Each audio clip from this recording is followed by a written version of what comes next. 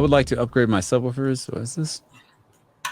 My fronts are Klipsch 8000F and Klipsch 504C. My current subs are Yamaha SW100. Budget for 2 is under $2,000. He wants to upgrade his subwoofers. Mm-hmm.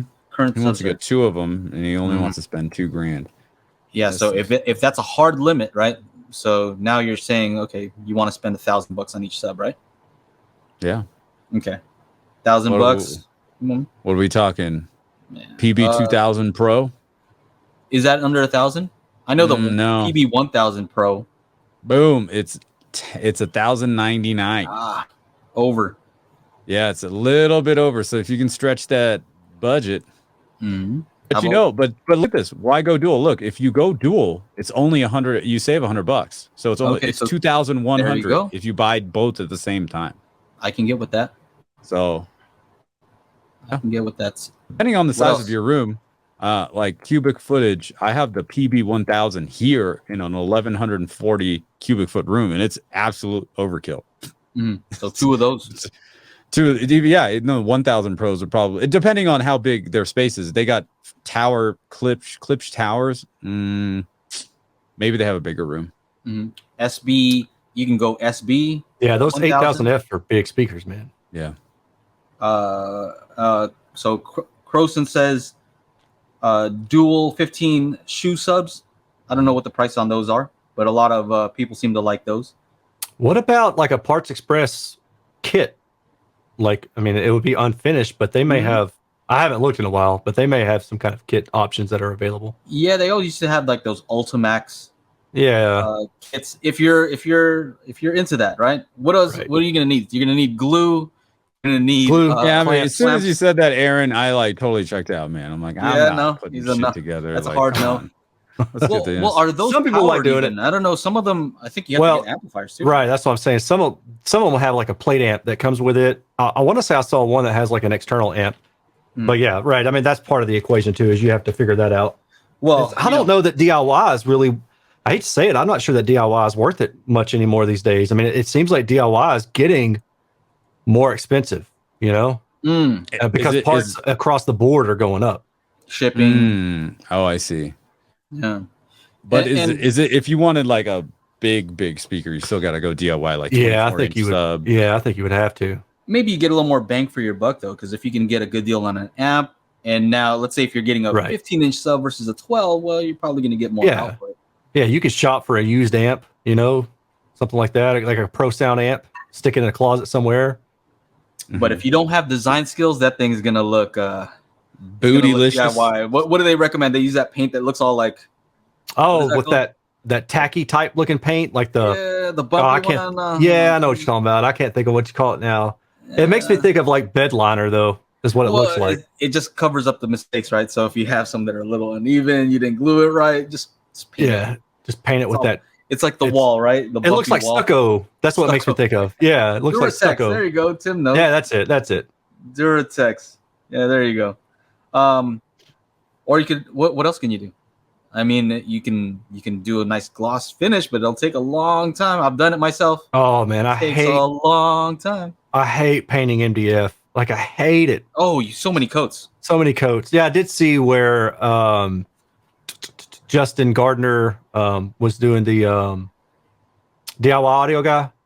I saw where he had reviewed I think it was the C notes, because I went back and watched some of the old Parts Express knockdown kit reviews, and he was talking about something that you put on like to seal the MDF before you paint it. I was like, oh, I didn't know it was a thing. So I learned something from that video. I think that was his video. That's what I needed, because the MDF just sucks up the paint. Yeah, that's what I believe. It was one of his videos, older video, but yeah. And I don't have the patience. You got to wait the whole a whole day for it to dry properly, and then do the next one. Nah. Yeah. Nah.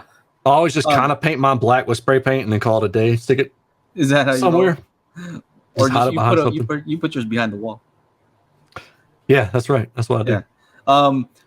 Okay, so one more recommendation as far as the subs is, I know that the dude who's commenting on yours is going to say, well, your channel sponsor is Mono Price, so of course you're going to recommend them. So how about this? I'm not going to recommend them.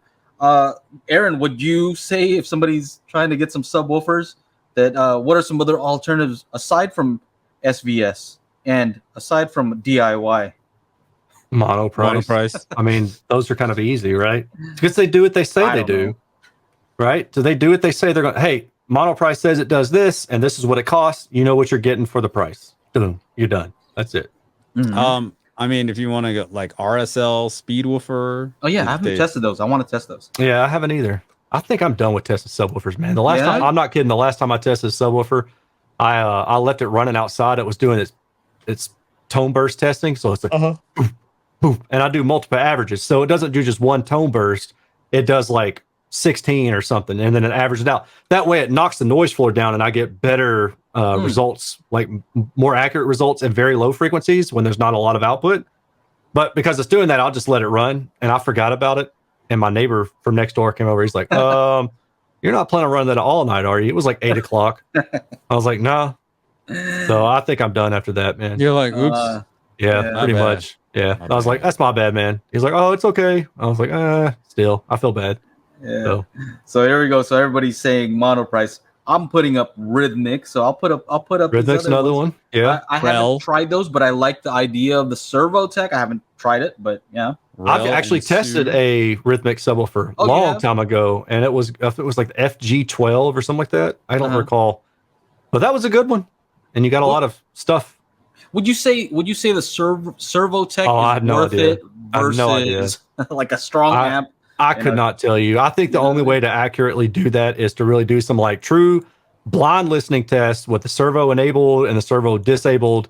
You know what I mean? Like, I don't think you're going to know any other way. I mean, you could test it for the distortion components, but my guess is that if it's already a good linear stroke to the subwoofer, it's probably not going to have a lot of distortion anyway. That's right. Well, what would be the measurement for that? Nothing to do with group delay or anything like that? Like, what would be the measurement that shows you? That's going to shoot up pretty high anyway, I would think, if it's got DSP built into it. Harmonic distortion would help. IMD would be another one. Intermodulated distortion would be another one. So like the CEA 2010 data, that's all based on harmonic distortion profiles. So it plays like the fundamental tone of 20 hertz, and then it looks at every fundamental. And depending on where that fundamental is in terms of output, it says there's a threshold associated with each of those fundamentals or with each of those harmonics, right? So if it plays 20 hertz as the fundamental, the first harmonic would be 40 hertz. Well, if 40 hertz is above this threshold of, let's say, 20 decibels, relative to the initial fundamental, then it's going to fail that test.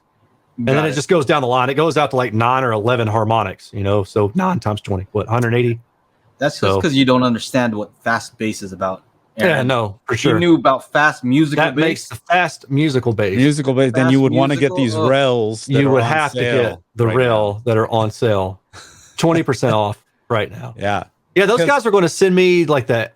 I can't even remember what it was now. Yeah, they had a new one. I can't remember what he said it was. It's a HT15. I would give them props if they sent me something, because I've said so many like kind of like underhand comments about them. Oh, I'm not expecting much at all. If they were to send me something, I'd be, I'd give them props just for doing that. Yeah. All right. If you would like to join us every week on Mondays at, what time is it? About 6 p.m. Central, which is the best time. That's where I am. Make sure you join us at youtube.com/Daily HiFi. We out.